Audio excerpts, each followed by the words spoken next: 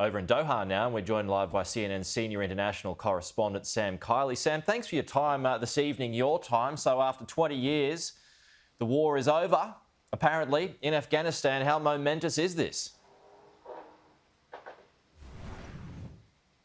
Well, it's an absolutely staggering moment of history. I was at the fall of the Taliban, the battle for Tora Bora, when al-Qaeda was allegedly crushed, bringing to an end the threat that had posed, that organisation had posed to the United States and other nations, everybody thought. Then for the next 20 years, we were in and out of Afghanistan. Australian troops fought very hard there for many, many years.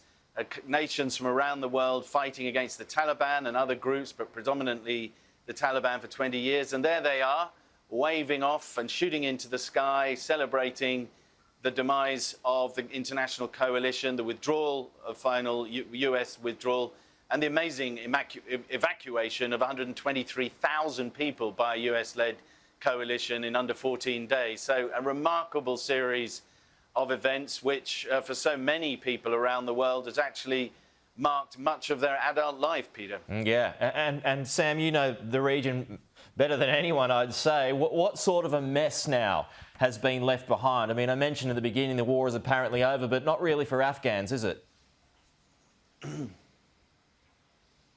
No, not for the Taliban. They were ready, as we know, following these attacks by ISIS-K, so-called. Of course, these aren't the first attacks that they've conducted or attempted attacks against the airfield. The US knocking out a vehicle-borne improvised explosive device or suicide bombers inside a vehicle. A day before yesterday, 10 civilians killed in that strike, 6 of them children. So civilians dying right up to the end of this phase in the war. But now the Taliban have got an insurgency on their hands in terms of coping with ISIS-K, which will certainly continue its pressure and its attempts to embarrass and undermine the Taliban, or indeed try to take over the Taliban. That's what they did to elements. Most of al-Qaeda was taken over by ISIS in Northern Syria, and then they took over a large amount of land. So this will be seen as an opportunity by them. The Taliban are also facing a continued resistance, not yet particularly violent, the Panjshir Valley, where large numbers of government troops have fled. And then they got the warlord issue right across the country. The warlords have folded themselves into the Taliban, but they'll be wanting to see rewards for so doing, or they will be fractious too. So this is by no means the end of conflict inside Taliban, but it is the end, at least, of operations over 20 years by an international coalition led by the US, Peter. So is it civil war now, Sam?